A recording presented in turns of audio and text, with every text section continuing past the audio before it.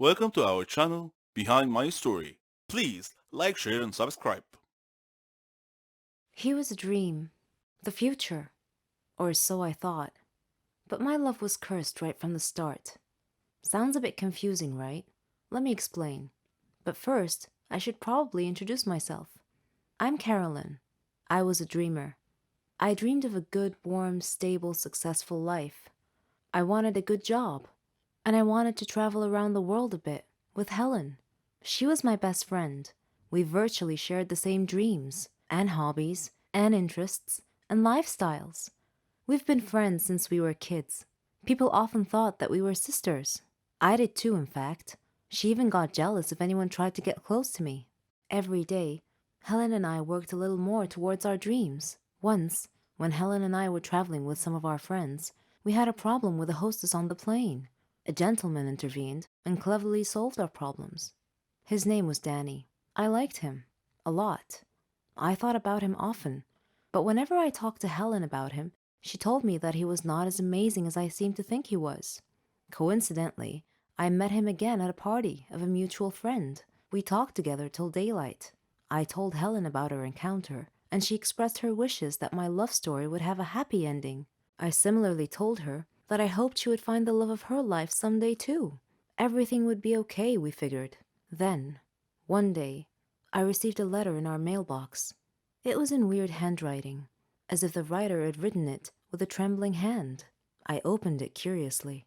It said that my love for Danny would become a curse if I didn't give him up and get him out of my life. What nonsense, I thought. Whose idea of a silly joke was this? I immediately called Danny and Helen to tell them about the letter. Danny laughed, but Helen was worried and suggested that I should be careful from now on. That same day, Danny had a horrible car accident, but fortunately he wasn't hurt. A detective investigating the case determined that his car brakes had been tampered with. In another incident, a car almost hit me, but it swerved away at the last minute. When I mentioned this incident to Danny, he tried to calm me down and told me to just forget about it. He gave me a beautiful bracelet as a present and proposed. We got engaged, and I couldn't have been happier. I wanted to show the bracelet to Helen, but somehow I seemed to have lost it. I couldn't find it anywhere. Anyway, when I told Helen about his proposal, she was thrilled for me. I spent days shopping for just the right wedding dress. I was so busy with preparations that I forgot all about the ominous letter. I went to the wedding hall early to make sure that everything was ready and prepared.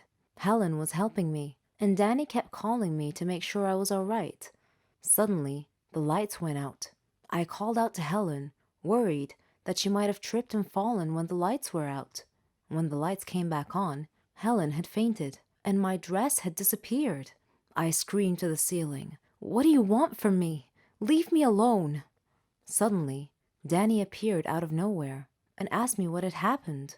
I told him then and there that we must break off our engagement, otherwise the curse the letter mentioned might injure someone or cause someone to die. Then Helen came too and tried to calm me down. She told me to go to the car and that she would get our stuff and follow me. I loved Danny and wanted to marry him, but now I was seriously worried that this curse threat might actually be real. Helen came back carrying a bag and a large suitcase and told Danny not to worry, that she would drive me home and then call him to tell him that we had arrived safely. I was still crying, and Helen was trying to calm me down. When we arrived home, I noticed something strange. Helen was carrying a bag that was partially open, and I glimpsed a piece of clothing stuffed into it. It looked exactly like my dress. I opened the bag and found that it was my dress.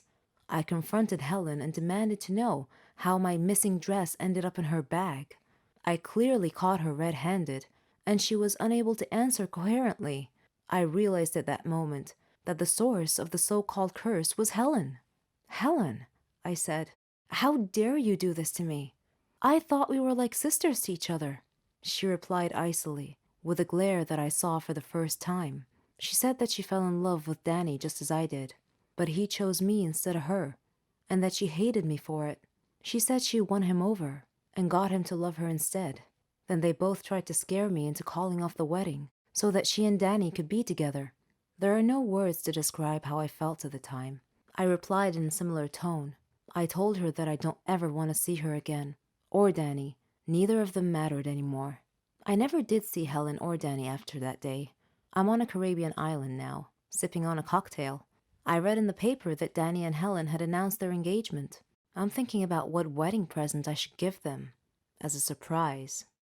I confess that I love money and fame. People envy me for it, or they did. I've been a prima donna since the day I was born. All girls dreamt of being me. My father helped my brother and I achieve all our dreams. But there was one fly in the ointment, and this is my story. My name is Amelia. I'm 17 years old. My father's a businessman. My mother came from a rich family, so we were quite wealthy, rolling in dough, one might say. My brother Arthur was handsome, older than me. He went to flight school. We lived a good life without a care in the world. We had everything: cell phones, clothes, cars, servants, opportunities to travel the globe. We wanted for nothing. The most important thing was our happiness. And so my story starts at the villa where I lived with my family. My father employed many servants to attend to our every need. Martha was our head servant. She was in her 40s, funny, smart. Arthur and I loved her. Oddly, we didn't view her as a servant because she took such good care of us. Mother didn't seem to like her for some reason and was always mistreating her. Father, however, adored Martha. Once I left my iPod in the garden, and I was going to get it.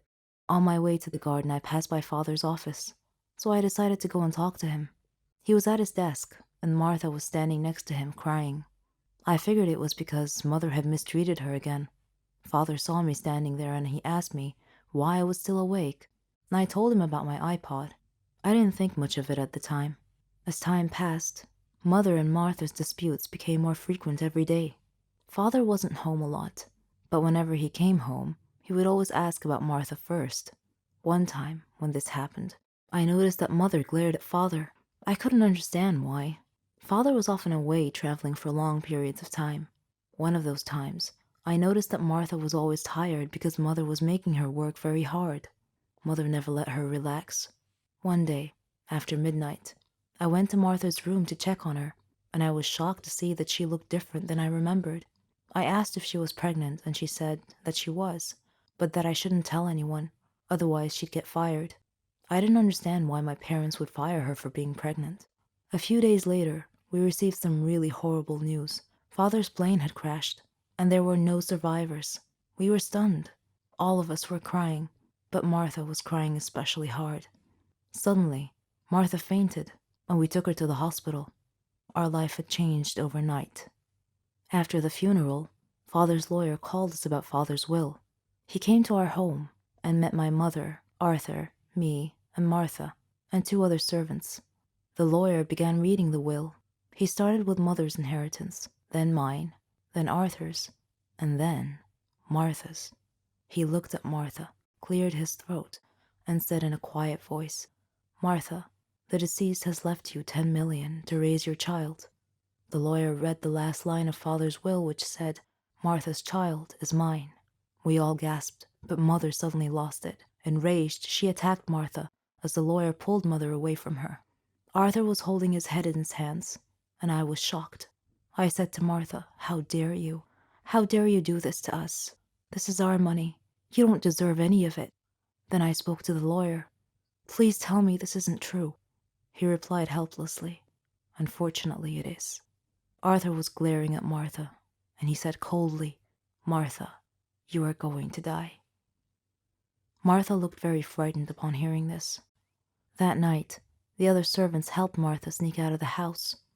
Arthur came to my room that same night and told me that we had to kill Martha. He said he knew where she was, and that her 10 million belonged to us. At first, I was hesitant to get involved. I mean, that was murder, but in the end, I reluctantly agreed to help him. The next day we made a call and hired a hitman to rid us of that disaster. Later we received a call from him. He said that Martha was no longer a problem. We smirked in victory. A few days later, the lawyer came by again. Before he could tell us why he came, we beheld a miracle. Our recently said to be deceased father was walking behind him with a servant holding a child. Arthur and I stared at him in disbelief and shock. Then we looked at each other. Arthur's face had gone pale white as all the blood drained from his face.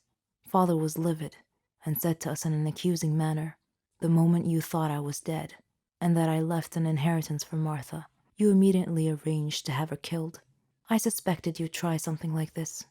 It was pure luck that I got back when I did. I missed my flight that day, otherwise I would have been dead now. So fortunately I came back early enough for Martha to call me and tell me about your death threat. When I arrived at Martha's place, she was already dead, but I called 911, and they were able to save the child.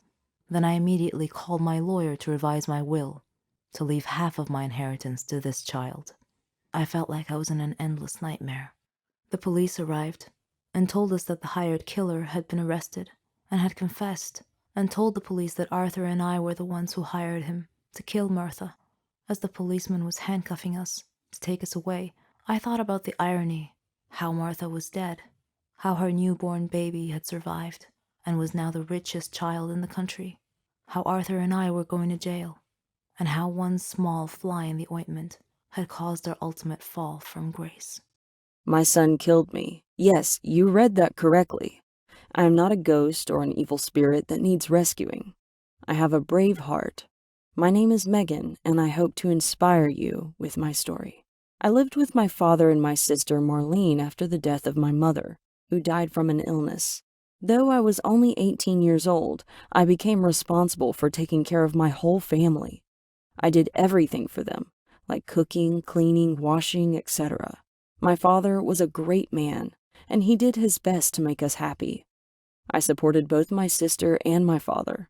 We faced a lot of problems together, illnesses, financial problems, school, and the like. But there came a day when I had to make a life and death decision at my young, tender age. I fell in love, as any girl my age tends to do. My sweetheart turned out to be loved my neighbor, a guy named Dave. We had grown up together, and we shared everything. Love, sadness, jokes. Our dreams had evolved as we grew up too, so we decided to marry. He knew all about my life circumstances, so he chose a flat near my family for me. We had a nice party and celebrated with our families and friends. Every day, he proved himself to be a responsible man. He loved and respected me, and I him. Finishing my studies was one of my dreams, and Dave supported me in every way to achieve it. But my biggest dream was to have a baby. But sometimes life just isn't fair. One day, while cleaning the house, my heart began beating rapidly, and I couldn't breathe well. I was barely able to call out to Dave, who came immediately when he heard me cry for help. I had had this symptom before when I was younger, but I never told my father because I didn't want to worry him. Dave took me to the hospital, where a doctor said I had a serious heart condition. And not only that, I was pregnant too. Pregnancy and a heart condition do not a good combination make. So we had to choose between the baby's life or mine. My father and Dave asked me to abort the baby, though they tried hard to persuade me. I resolutely refused. I agonized a lot during my pregnancy. My father and Dave were so worried for my safety. My father and Marlene left their flat to live with me. In addition, Dave cut back on his working hours to stay with me. The day came when I went into labor. They took me to the hospital, where the doctor checked me over and pronounced that my condition was so serious that I wouldn't be able to survive the childbirth. My family and I were shocked. I held Dave's hand and told him that I was strong enough to survive this. Dave hugged me, crying tears like a river. I was so afraid, but I did my best to hide that fact. I looked to my protruding belly and said to my baby, "I want you to know that I sacrificed myself for you. You had better grow up to be a great young man. I love you." Then the baby started pushing its way into this world. The scene fades to blackness. The baby is born. Suddenly, a year later, a birthday party is being held. The baby is now 1 year old. A woman is singing with the baby and her family. The woman looks at you and winks. Megan says, "Haha, fooled you. I lived through the childbirth. Sometimes life gives us a second chance, but you have to be willing to accept the risk."